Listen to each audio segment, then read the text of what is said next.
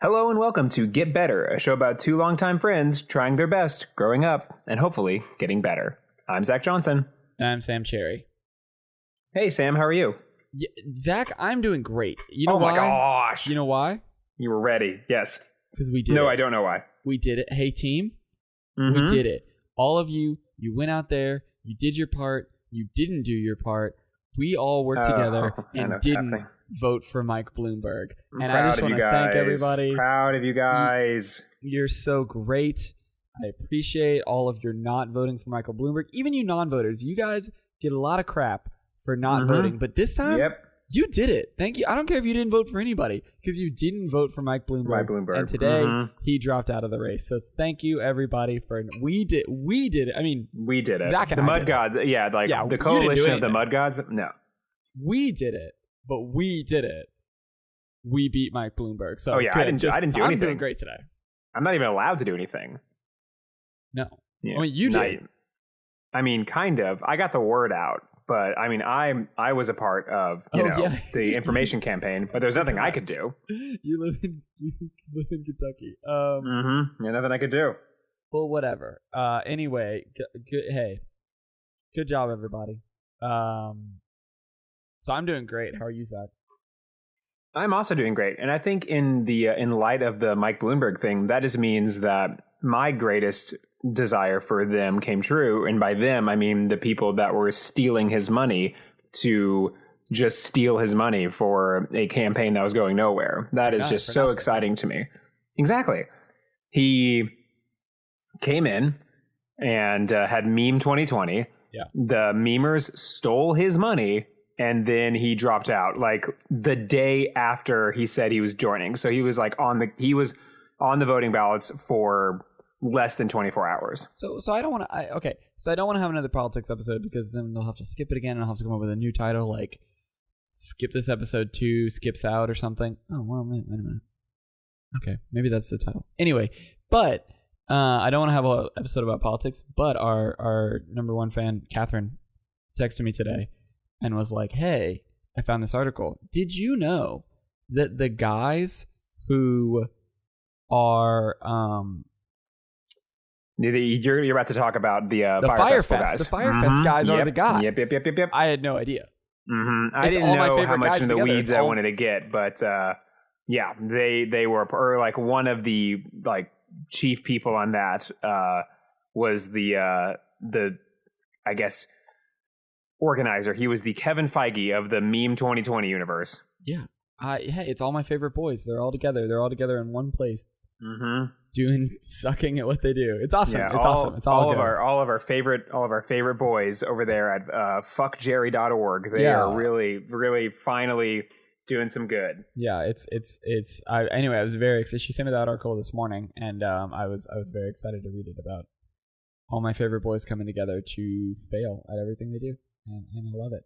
Anything else going on? That's been my main thing today. That's been sort of where I've been on cloud 9 because it's not gonna be a whole episode, skips out or whatever. But like, boy, I was getting pretty stressed about Michael Bloomberg. But he lost, so it's great. He had Biden numbers. I was right. It was great. Yeah. Although Biden numbers did not turn out to be Biden numbers, but no. It's not. Skips out. This is not the episode. Other than that, I mean, I talked to you on Monday, and it's Wednesday. So, ever since then, not much has changed. Hey, turns out the meal, I did a bad job. So that's really exciting. Right before the show made myself a meal, kind of following similar steps, but I used cauliflower rice instead of regular rice, and you were the inspiration behind that. No, wait. I said I did a bad job. Did you do a bad job, or did you do a good job? I did a good job. Oh, I did a bad job. But I didn't use regular rice. I used cauliflower rice because, in my opinion, it's easier to cook. Well, I'll tell you what. So I thought I put less water in, and then it didn't turn into mush. It just didn't cook at all. So I did not do well. You did 2 bad jobs in a row. That's pretty rare. Yeah, Oh gosh. Anyway, but tonight Sophie and I cooked together, and I had breakfast for dinner, and it was wonderful. Aww. But yeah, also we finished most of Steven Universe, everything that was on Hulu, and we've started the Lego Master show. Here's what I'll say.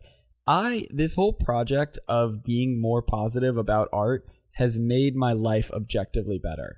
Like in the way that cutting out content about content and basically breaking YouTube, the less I'm on the internet, the more happy I am. And I've noticed a thing. There are shows that are bad. You know, we're not woo woo. We understand there are things that are bad, and there's no amount of like, well, actually, if you look at it, no, some stuff is bad, and there is stuff that is good, right? I mean, yeah, maybe you have different tastes, maybe yada, but like, you know, Breaking Bad is a good show, right? Like most of Game of Thrones is good. From what I hear, The Sopranos is very good. You know what I mean? There's good television. Yeah. But then there's medium television, and I think this is where I've really, really gotten a return on my investment, because medium television, including almost all of, I guess this is a segment of Reality Check, but almost all reality TV. But you know, most shows are just kind of like medium. That is where this idea has really flourished for me, because I feel that, you know, if I'm approaching media as something to be critical of, a medium show, you're gonna find reasons to hate. But if you're approaching it as something to appreciate, you're going to find things to love. So it's like, it's not something that's like obviously good or obviously bad, where it's like, well, look, I mean, come on. There's different shades of these opinions, but like, let's not be silly. Yeah, there's this 50 is good shades, yeah, there's 50 shades of these ideas. But then medium stuff, it's like, oh, well, let me actually like, if I'm watching it, I can find things I really love about it, and it makes me really happy. Or I can be like, well, this is dumb because this, and this, and well, yeah, obviously this, and this. And it's just like a miserable... I feel that I have shifted a little bit in how I look at art to the things that are not obviously great. I'm appreciating more and finding the things I really like about them. And I don't know... I haven't seen it reflected in my own work, but I've seen it reflected in the way I... taking I'm very much in the I'm getting to the end of an inhaling session, you know, where I like inhale a bunch of art and take in a bunch of art, and I'm ready to like, I've taken in all this good art that I really enjoy, and I'm ready to exhale, and I'm ready to like make a bunch and do and like really like creatively explode out and make a bunch of stuff. And I think that ebb and flow has been helped so much by looking at art positively and being like, what do I like about this? Because now I'm ready to go. And now it's like, I want to just be at my computer making stuff. And I have all these little Post-its in my brain of like, oh, I saw that and I liked that. And oh, I liked this kind of storytelling. And I like this and this and this. And taking all of the sort of cherries, taking all the little positives from the things I'm taking in, I'm psyched. So I will tell you, I'm just reporting back this process of approaching media from a positive perspective so far has paid dividends, and I'm much happier. I think it's hard to tell. Yeah, but I think. So that's where I am. That's good. Is there using that kind of okay? Hello. Oh, hello. I'm afraid your connection is dropping in and out, so you're doing that thing where you're just hoping I'm still talking when I come back. Hello? Can you hear me? Yes, I can hear you. Samuel? Yes. Check. Can you hear me now? I'm going to chat you in the robot. Sam, can you hear me right now? I can hear you.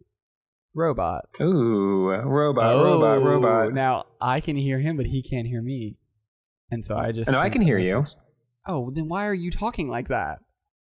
I don't know. Why did you keep asking if I could hear you? I thought you couldn't hear me. No, well, because you had said, "Uh-oh, I can't hear you," and then I was like, "Okay, I'll just like keep doing like ones and twos, you know, so that way that if you."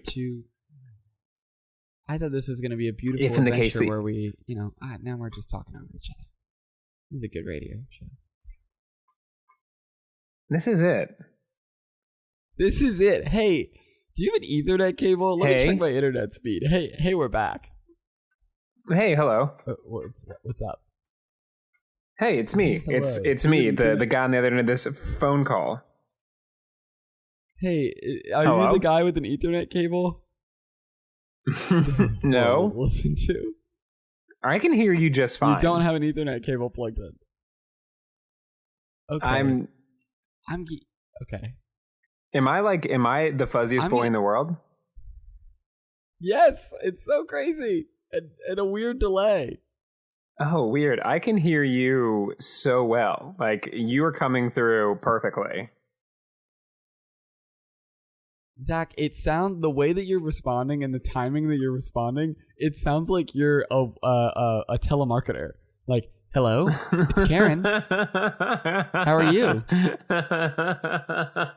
Would you like to refinance your home? Like, that's how you're talking, and it's weirding me out. I'm like, did it finally happen? Did the CIA finally get into my computer, and now I'm talking to a facsimile of Zach? I haven't seen you in real life in months. You could have gotten killed by the CIA a long time ago. That's very true. And then that's why I keep asking you about state secrets. That's why the entire time I'm talking to you, I'm just like, and what else do you think about Joe Biden? Okay, I'm gonna go get an Ethernet cable and plug it into my computer. It says that my connection is very high, but I'm gonna go plug it in. So we will edit this part out. Do you know our hold music that I'm always putting in there? It's hold music from a pizza place in like Boston. And the end of the clip that I always cut off is someone going, hello? That is hilarious. And I cut it up every time. Gosh. Anyway, you're going to hear that now. All right, see you, bye.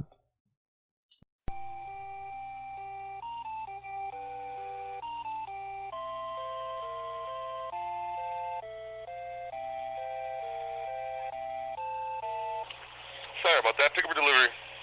Hey, we're going to Patreon exclusive.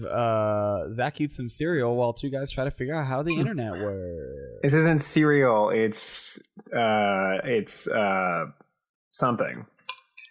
What? Do you not know? Or are you being... Hey, speak in code if you're being held in a black site in Fallujah. What are you eating, Zach? Sam, if that is your name. Sam, what are you talking about? Anyway. It says clearly that my location is Louisville, Kentucky. Tell me more about your dissident ideas about the capitalist system. Sam, you really did a number on that Mike Bloomberg. What else do you have to say specifically about Bernie Sanders? Tell me what else you think about the CIA and who you think is in it and what you know. Give me all your opinions about Jeffrey Epstein. I'm going on a different let's take this conversation in a different direction. I like what you're saying, but what do you think about the video cameras and why they were turned off? We haven't talked about Jeffrey Epstein, right? No, we can't talk about Jeffrey Epstein. We'll have to have another skip episode. We're not. Absolutely not. We're not doing that because it would just be like what we would become like, conspiracy podcast 101 because it would just end with me going, well, I don't know, and you being. I tried to pitch you that idea once before we started to get better. I tried to pitch you on the idea of us doing deep dives on conspiracies and eventually losing our minds, I guess was the premise. So eventually it would drive me insane because of course I would eventually believe all of them. But that's because I'm not very smart. Well, I mean, conspiracy theories they're written to be like easily digestible. I think that's kind of like it is like there's a lot of them that are written in such a way that kind of negate a lot of the true like oddities of life and a lot of the unspoken variables that kind of happen. And just because something is mathematically very improbable doesn't mean it's impossible. And I think that a lot of conspiracy theories kind of act on human rationale, and they act on human rationale as if that they would have the person in this situation would have the same rationale as them. Kind of what I'm describing is, when you're watching like a YouTube video talking about a movie, even though you're done watching content about content, I'll let you know that there's still a huge bit of the YouTube community that talks about movies, and they'll talk about a plot hole, but the plot hole isn't a plot hole as much as it is like a character makes a choice. So a character made a decision differently than you. Exactly. And it's like, oh, this is like such a plot hole because they should have done this. And it's like, oh, that's not a plot hole. It just means the character made a different choice than you. Or like sometimes whenever movies like do the thing where it's like, if this had just happened, then it would have been solved so much faster. Right. It's like, yeah, then it would have been a worse movie. You would have made a worse situation. in Act 1, there was an inciting incident that caused a conflict. That doesn't make any sense. If they had just done this, then they could have avoided that conflict. Yeah. Okay, and then cool. It wouldn't be a movie. Yeah, cool, dude. Great. And sometimes I think that like those same people that have that conspiracy theory mindset make those decisions about real life, where it's like, this clearly didn't happen because they could have just done this. And it's like, well, number one, they didn't. Number two, you have more information than they did. Right. Like, you have like years and years of like knowing every single person involved in whatever. So, well, and there's so many conspiracy theories that are based on these like premises, like something that is infuriating. Where it's like we've talked about this before, where someone will tell a lie and you have to know so much information to know why that's a lie. It's so easy to lie, but it's so hard to like, it takes so much information to know something's a lie. And I remember in middle school or so it was like a couple years after 9/11, and people would be like, fire can't melt steel beams or whatever, jet fuel doesn't burn hot enough to melt steel beams. Yeah. And of course, when you first hear that and you're like, I don't know, 12 or whatever, it's like, oh shit, what? Okay, I'm listening. But then of course someone looks at you and is like, I don't know, did you try crashing a fucking airplane into it? Because that might weaken the structure of the beams a little bit. And it's like, oh yeah, I guess that does make sense. But if you don't think about it, you don't think about it. It's like, I don't know, maybe. I guess jet fuel can't. I don't know anything about jet fuel, so like maybe, but Yeah. And I think like the ones that I think are the most interesting are the ones that do involve history, because it's just like there are so many moving parts and there are so many like different people with their own motivations and things. Right. And then like some of the more sciencey ones I think are dumb. Like the Earth is flat one is dumb, obviously. Yeah. And I don't know if I'm losing any of our listeners with that hot, fresh out of the oven statement. Well, I mean, they're in a cult, so yeah, we might have some flat earthers among us. Yeah. War against all science except everything that we say. Sure, except for the magic of mud. Except for the magic of mud. That's yes, the only science we officially endorse. But yeah, I don't know if I would find. But then again, I haven't really done a deep dive in conspiracy theories. But I think that as you said, it's really easy to lie, and it's like if you're reading an argumentative essay and it feels like they are giving you a lot of information, doesn't mean they're giving you a lot of information. Well, it's just like they're giving you the information that helps their point, like you do when you're a bad writer and you're writing an argumentative essay. Sure, and maybe you can. I mean, there are examples where it's kind of like, well, I couldn't know either way, and maybe you can ask your friends on the other side of the line this, but like, people talk about, oh, the CIA killed Martin Luther King, and it's like, well, I don't know. I mean, I don't think so, but also like, how could I know either? Like, you might as well be talking about Spaghetti Monster. It's just like, I mean, okay, like I have no reason to believe either way. I mean, I guess I do have reason to believe that the CIA didn't kill Martin Luther King. It was probably that guy, but Lee Harvey, no, sorry, Lee Harvey, no, not Martin Luther King. What's his name? I tried to remember this the other day. Where I was talking about Sirhan, and I was trying to remember what Sirhan. He killed Robert Kennedy. Allegedly. No, he did it. Allegedly. I mean, no. I mean, but that's the thing. It's like, oh, Sirhan was a cutout for the CIA, and it's like, I don't know. I don't know him. Who? He was the gun, but who pulled the trigger? Jimmy Hoffa. No, Ghost. Is Ghost? All right, wait a minute. Sorry. I think Ghost is something from Modern Warfare, and I think it is I think so. I think Ghost is like there's like an opening cut sequence of Modern Warfare that people talk about all the time, where you get betrayed and your character dies in a cutscene, and it's like I guess it was the first time that a lot of people had to grapple with the idea of betrayal or death, and so it's become like quite the marker for good writing in a video game. Mind you, the last video game I played was Ratchet and Clank. So yeah, I've played one video game and it's Dark Souls. So I'm not really. So it's not, but I don't want to tell you what it's from because it looks like it's a spoiler. Oops. Hope you don't watch or play or know this thing. Who killed? I listened to this really long series about World War I hardcore history, and they talked all about the guy who killed Archduke Franz Ferdinand, and now I've forgotten his name as well. MLK. But there was a time when I knew like all. His name is Ray. This sucks. It doesn't matter. His name is Ray. James Earl Ray. That is his name. But yeah, I mean, every time there's like an assassination or a coup or whatever, it's like Gavroli Princip. Okay, now internet closed. Gavroli Princip is the guy that shot Franz Ferdinand. Mm-hmm. Anyway, whenever there's like one of those things, it's like, yeah, but maybe it was the government, and it's like, yeah, maybe, but like, how am I to know? Yeah, like, maybe what it was? Yeah, but maybe it was time travel. Like, you know, you can say anything. Maybe, I don't know. Could be. And it's a hard thing to sort of like. I guess the way to grapple with it is not to grapple with it. It's just go like, yeah, no, pass. I'm gonna, you know what? I'm gonna focus on paying rent, and then maybe when I have a little free time, I can go back to James Earl Ray, a cutout for the CIA. Like, yeah, it's you know what? I'll just deal with that later. It's kind of funny how people deal with the age of information. You know, it's like when there's so much information happening, it's like the age of information only works because everyone is so high on the hierarchy of needs.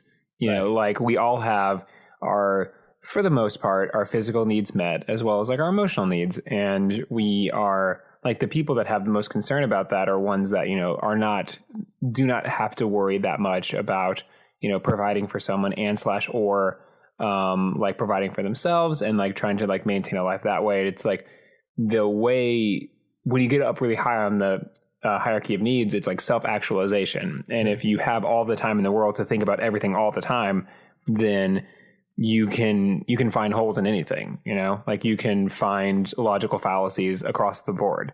And it only happens because like we now live in this age of information, and like no one's going through and like finding conspiracy theories about Napoleon or going back and finding, you know, like conspiracy theories about Genghis Khan. It's all like happening now. And like it is easier to lie back then because there's just so little information coming out. Like one that I'm thinking of like a lot, like one of the conspiracy theories that I like reference in my head whenever I start thinking of them is the Paul is Dead, the Beatles one. Stupid where like baby brain shit. Yeah. Baby where, like, brain.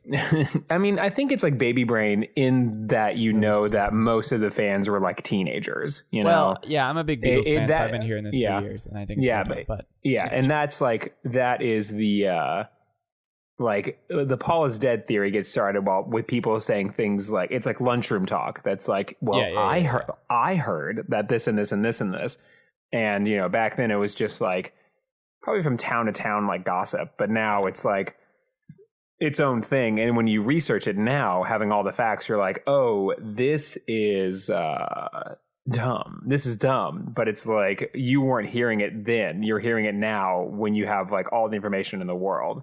When it was probably just like kind of like gossipy stuff.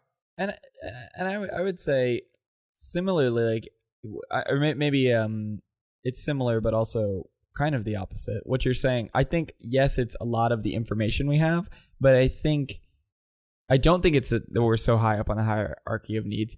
I think it's that we have such a acute awareness of how powerless we are, right? Like as much as we're not going to talk about Jeffrey Epstein, you know, Jeffrey Epstein, and like you hear about just the things that we know for facts about his real life and like what he did and all the people he knew and what was going on, and like you have such acute knowledge of that kind of, I mean, for example, like we know for a fact that the CIA overthrew governments in South America. That's not controversial. That's a thing that happened. They overthrew the government in Iran. Everybody knows this.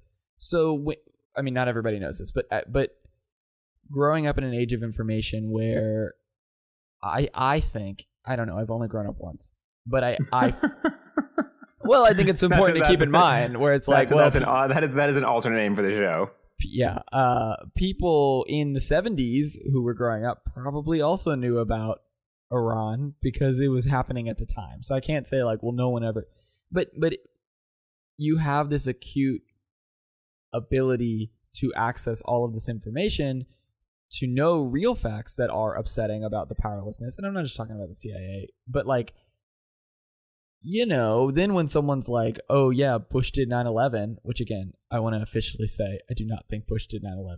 But when somebody says that to you and it's like, I mean, maybe. And again, the official position. Can I take a pause and just say, like, that was really brave of you to say that? I know I'm very brave and I'm very bold, and I'm taking a stand, and thank you, and thank you for thanking me, and you're welcome. But there is this a little bit where you kind of just look into the abyss a little bit of like, oh yeah, all this stuff happened and you can't control it, and then it's just like, yeah, the CIA killed Martin Luther King. It's like, oh, maybe. I don't know. I mean, they overthrew Iran, so like maybe like it could happen. And I think it's funny. There's a funny, like, very online kind of dumb guy attitude with that kind of stuff too, where it's like, it's just like it's just because we're so removed with the internet that you can take those sorts of things in.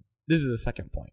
One, it's knowing actual real facts about actual real conspiracies that happen in the not so distant past, which is unnerving. But then there's this remove of like, oh, it's just kind of on the internet, like it's all entertaining. So like hearing about overthrowing governments is kind of like, oh, it's kind of like on Game of Thrones. You know what I mean? I don't think people are actually cognitively processing things that way, but you definitely like unconsciously feel that. Where it's just like, oh, this is also a thing that's happening on TV, and it's like, well, no, that's real though. Like, that's a real thing that's really happening. And like, protest in China is like, no, that is a people trying to revolt against their government. That's real. That's not, that's not Game of Thrones. Like, that's real.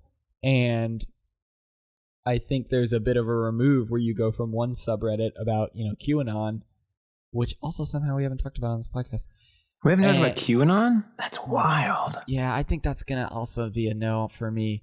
But, you have QAnon, and then you're like, oh, also, data is beautiful subreddit. And it's like, you're just sort of, oh, and then also, Futurama memes subreddit. And it's just like all content. It's all entertainment. It's all this unconscious processing, which I do the same thing. I mean, I definitely, I work really hard not to, but yeah, everybody does this.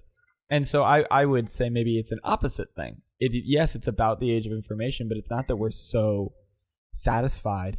It's that we are so acutely aware of the ways that we don't have power that when someone says, hey, here's another way that you don't have power, it's like, I don't know, that kind of fits my worldview, because a lot of my worldview is shaped by the fact of like, well, I mean, especially people our age, like a lot of my worldview is shaped by Columbine, 9/11, and the financial crisis. Like three events that shook the American psyche, that are the bookends, like the beginning, middle, and end of our childhood. And we could not control any of them. We couldn't control the financial space. We couldn't control the economy. We couldn't control our safety. And we couldn't, control our safety in school. It's just like this, all these really unnerving, unsettling events of growing up during the war on terror. That when someone's like, yeah, it turns out the CIA are just murdering people, it's like, I don't know, maybe. Like, fuck, I have no idea. Yeah. I want to stop talking about the CIA because I feel like I've had a recent stint on this show of sounding insane, and I don't want to. I don't think that's insane. I think you're not talking about it as if like you know for a fact that the CIA are going to come out to get you if you talk about them. That's true. You could ask the guys in the room if they're going to come out and get me, and I'd appreciate it. But I do officially want to say I don't think Bush did 9/11. I want to be really clear on that one. Yeah, and also, well, I think the interesting thing about the powerlessness of it is, like, even if you were talking about the CIA, and even if you were right, then the chances are they wouldn't give you they wouldn't give you, like, any chance at all, because it's like, well, what do we care that you know? Like, what are you going to do about it? That's fair. That's an upsetting thing you just said. That's true. Dang. Dang, really brought down the podcast. Steven Universe is a very good television show. I haven't seen one frame of it, but boy, I'm excited. You really gotta. It's on Hulu. Do you have Hulu? I do, Lou. What? You should. Hey, I do have Hulu. You do have Hulu. There's 4 seasons. So there's 5 seasons total, but 4 seasons are on Hulu, and they're very good. It's a very good time. They're only 11 minutes long. It's like Adventure Time. You can plow right through it. It's a good show. That sounds like me. That's 160 episodes. Jeez Louise. Right. but not all of those are on. I think 100 and and then there's also an epilogue. So there's 5 seasons and a movie. No Donald Glover in this one either, but there's 5 seasons and a movie, and then there's a 6th season that's like an epilogue to the series. So oh wow. But you should watch it. It's really good. It's really sweet. Oh, and is the epilogue? That's it. So the film came out, and then the epilogue. It's quiet for the show after that. That's the end of the show. I think Steven Universe Future, which is the name of the epilogue. Yep. Intended to serve as an epilogue to the main series. I don't know if it's over. I don't know if it's finished. No, it looks like it's ending this month though. Okay, so Steven Universe is almost completely over, but I've seen the first 4 seasons, and it's a lovely show. Okay, and a good distraction from all of your overwhelming existential fears about life and how it goes. Okay, just watch a nice show about the crystal gems. It's great. Now, this is an interesting thing about avoiding your life and also not dealing with repercussions of the world around you. Yeah. As our listeners might know, Get Better South office, where Sam operates, is in Nashville, Tennessee, which famously on the news, on the Super Tuesday news, was it woke me up to some pretty big news from there. So if you take it away, the news. Well, here's the thing from news. I'm the news, and we slept through it. So Well, you have to say what it is. Do you think that's the end of the sentence? Yeah, we slept through it. Fine. People, when this is found in the future and used to like understand the like 1, us, and 2. Like where it's like Zach and Sam before they were famous, and also to understand all of the world as it was in the 2020s, they're gonna listen to like slept through what? A Godzilla? Slept through what? Like a pterodactyl? A pterodactyl? No, it was a tornado.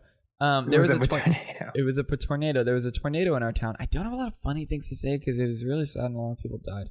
So I don't have a lot of comedy for a comedy show. But there was a tornado that went through town.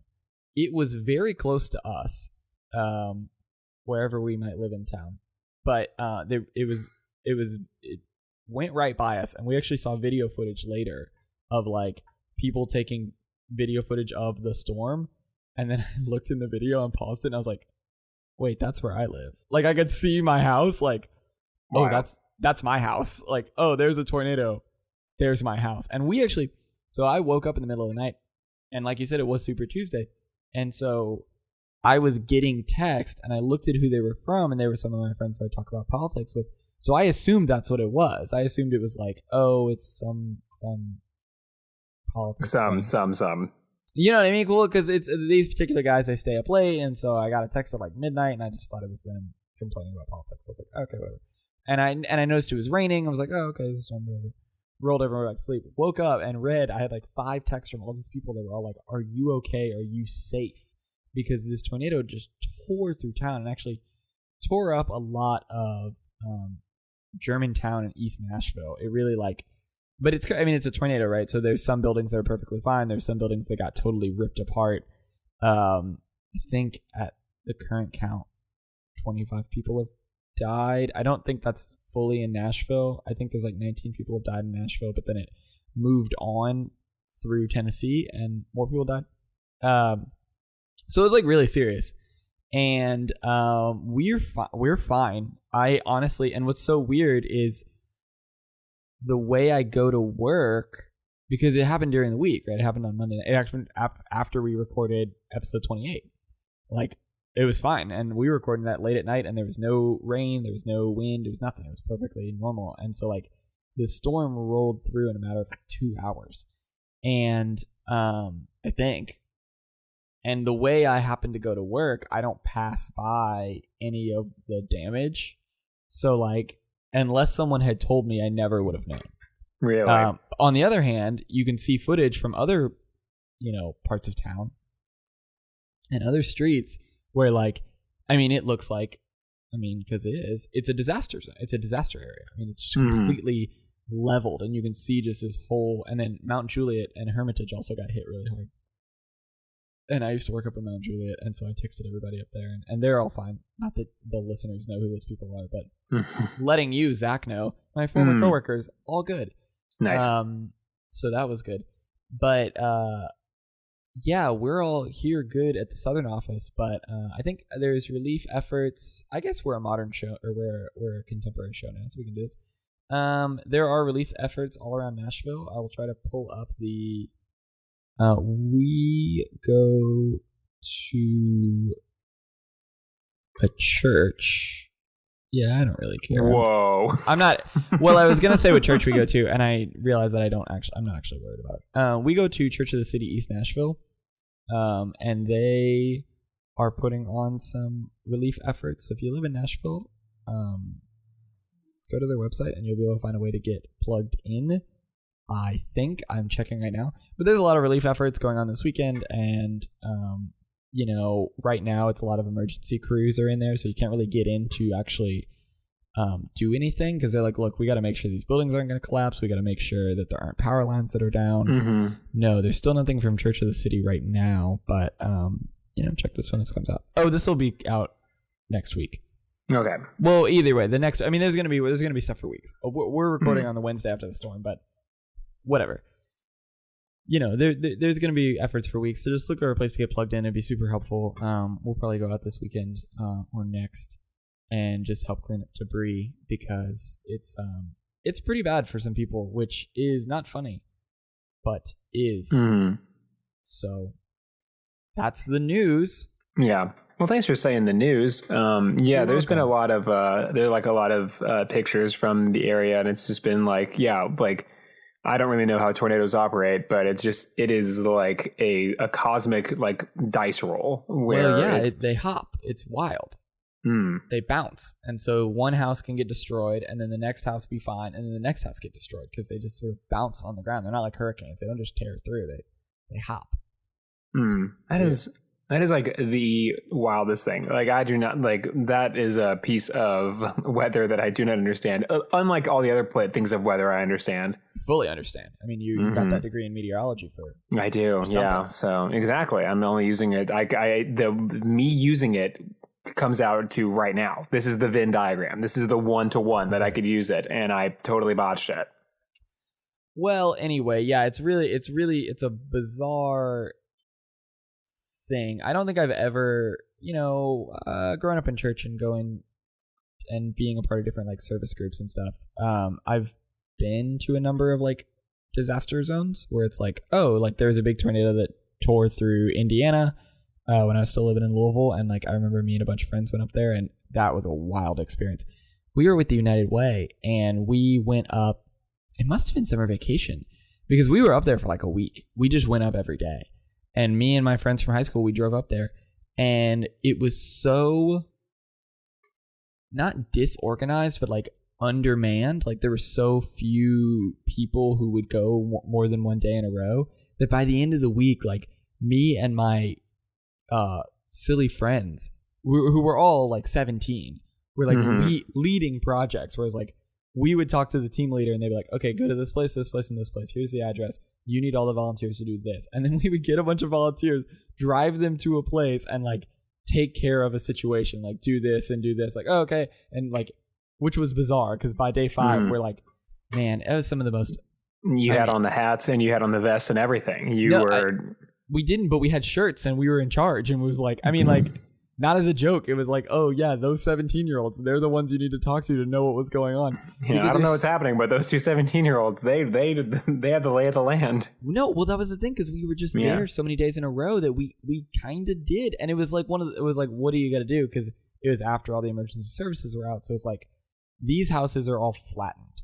What we need to do is move all this garbage out of the way. Basically, we just need to make giant piles of garbage so that we can put it in dumpsters and get rid of it. And there was at one point we were on a farm and we were just making burn piles where it was trees had gotten torn down, all these trees had just gotten ripped apart and were scattered all over this yard basically. So imagine 6 trees are downed and also this house is all torn up. And it was like, well, we can't just, I understand that trees will just rot, but like, we're not going to just leave all of this here. And so we would just make giant burn piles and throw them all in there. But anyway, and then in college we went to Oklahoma when it tore through. And oh, I ever told you that story?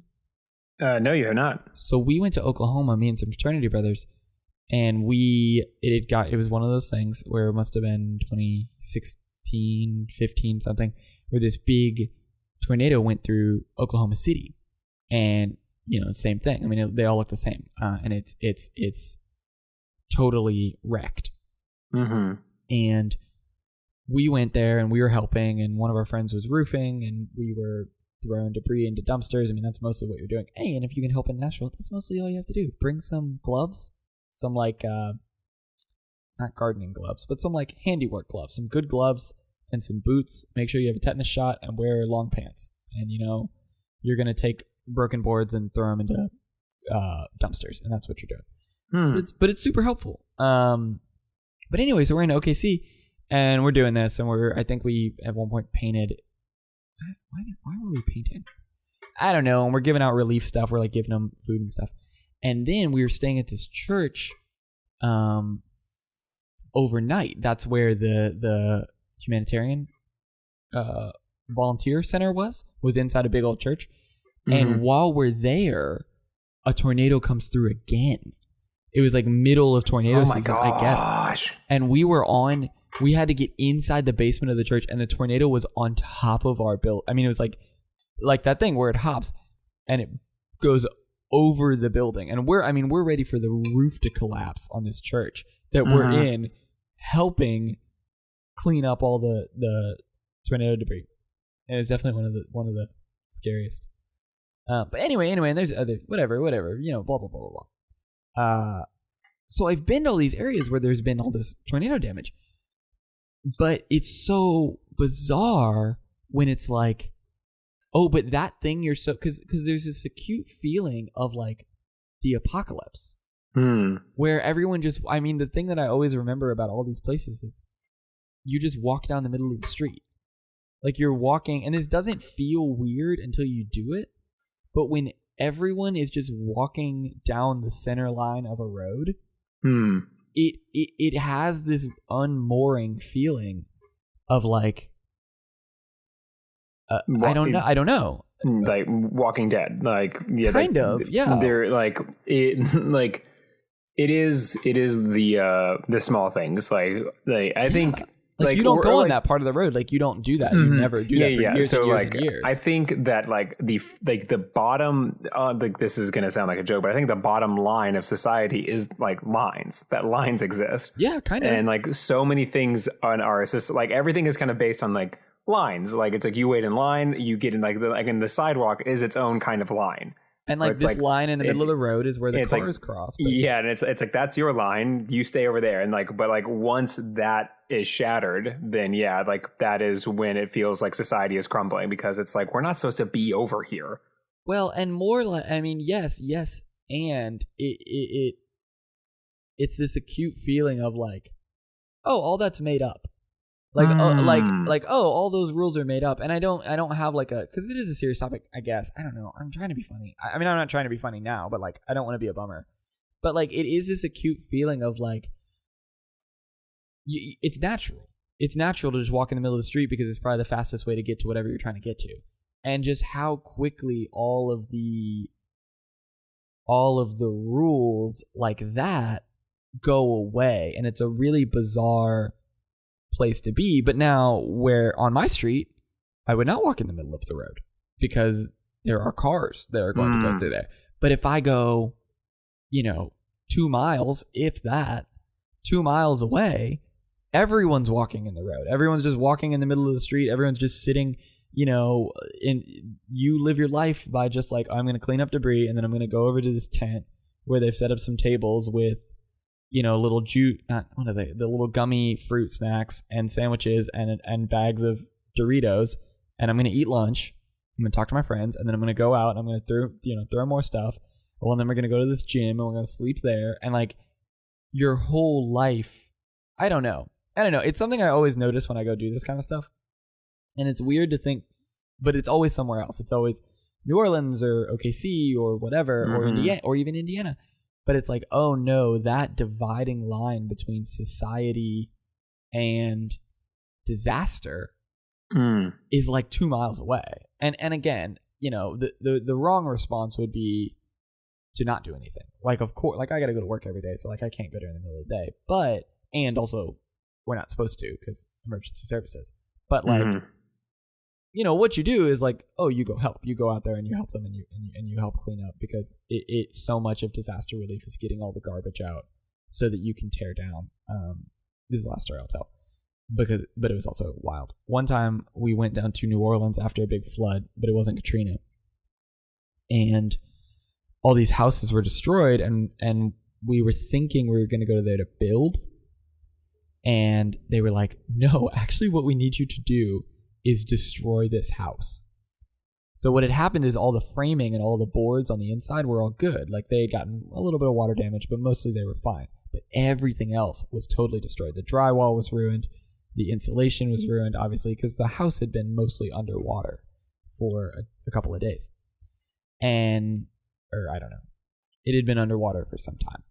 And so it was me and like 15 other fraternity brothers. And they just gave us hammers and crowbars. No one got hurt, but it was the most dangerous thing I've ever been a part of. Because they were just like, did you guys have hats or anything like that? Yeah. We had goggles and we had hats. No, but I mean, if you had looked around, you would have seen 14 people all at once slamming hammers and crowbars into everything they could find. And no, with reckless abandonment for structural integrity, because like you're taking down the house, but it's just like, you know, you could take down a wall or whatever on one side and have it collapse on the other side. No, because all of the boards on the inside are there. You're just taking out the drywall. That's the other thing. Okay, this is a perfect metaphor, because what's wild is you take down all the drywall. I guess you have the same experience when you build a house, but whatever. You take down all the drywall, you take out all the insulation, you take out and you just see like it's just the boards, and it's like, this is what a house really is. And it feels like a house is so much more complicated, but it's like, no, it's just kind of 2x4s, and then you put insulation, and then you put drywall or whatever. You know what I mean? So you're sitting there, you just slam a hammer into the drywall and pull down and yank it off. And underneath is just boards. So we weren't going to, we were stripping the house so that they could rebuild it. Run a tank over. Oh, yeah. No. So they could rebuild it. That's why we were doing it. Because otherwise, yeah, they would just demolish it. But it's like, no, the house is okay, but all of this stuff that got wet is ruined. So we need to fix that. But people are kicking through walls. And I can't believe nobody got hurt. But it was bananas. It's just a weird world where there aren't the same rules, but not in like a Fight Clubby way. Like, you know, like, cause you're doing good. You're there to help people, but like, it's weird. It's a weird. So anyway, if you live in Nashville, or if you don't, if you live in Nashville, come hang out. And I hope volunteer, because a lot of people's homes got destroyed. And experience the weirdness of walking in the middle of the street, because it is a truly, in my life, I've found unique experience and a very bizarre one. Yeah, that is interesting. Yeah, so that's the news. That's the news. That's the news coming straight from the 10IC. Sorry, I feel like I monologued. No, I mean, you're fine. I mean, you were telling a story. I don't think telling a story is monologuing. That's fair.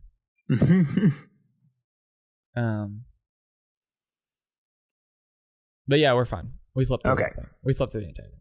And that's wild. It was. I mean, yeah, I know. And yeah, your wife too. That is, and like, you know, usually there would be like someone of the pair that would be like, I think something's happening out there. Well, no, that's the thing. I mean, here is when because we were getting all the information in the morning, like we woke up and we're like, oh wait, what, like, and seeing the pictures of the damage and like hadn't gotten out of bed. Like we were in bed just like, what happened last night? You know, because again, I woke up and I heard it raining. I was like, oh, it's raining. But what is really chilling is to think if something had flown through our window, it would have taken me a really, really long time to not think our house was getting broken into. Oh my god. Seriously, no, but like process that. If you're in your bedroom and a window smashes, it'd be like, oh, we're getting robbed. And the fact that it was raining outside, I don't think would have changed my mind. I wouldn't have been like, oh, well, it's raining, so obviously we're not getting robbed. Like, how long would we have been like hiding out, calling the police, thinking we're getting robbed before we actually would have realized that it was just a storm? Or like if something had happened to the building, it's like there's nothing. We had no idea. This is less fun. This is a less fun topic. I love it. It's, like thinking through like disaster situations, and like you probably wouldn't even know what's happening. Like a building's on fire and you're just like, what do you do? The building was on fire. Who's to say? If the building was on fire, I wouldn't be confused. If the building was on fire and a storm was happening outside and smashes your window, man, what's going to happen? That's true. I would have seen all the flames and thought, wait a minute. Am I getting robbed? Wait a minute. Am I getting robbed by the Fantastic Four right now? Is this some sort of prestige where the flames aren't actually real and right behind me someone's taking my $100 TV? Is this what's happening? Is someone doing the really long con? Is Mysterio in here? Did they pay for millions of dollars of visual effects to make me think that my house is on fire so that they can take my used PlayStation? They can take the crisp $20 bill that's in my wallet. My vintage copy of Pokemon Blue for the PlayStation or for the Game Boy Color. That's worth 35 cents. Is this all a long con so some jealous person can steal my wife's pottery? Is that what's going on? So they can take all my worthless books. Yeah. So I probably would have figured it out if it was a fire, but if something had flown through my window, I think it would have taken me a half hour to figure out that I wasn't getting robbed.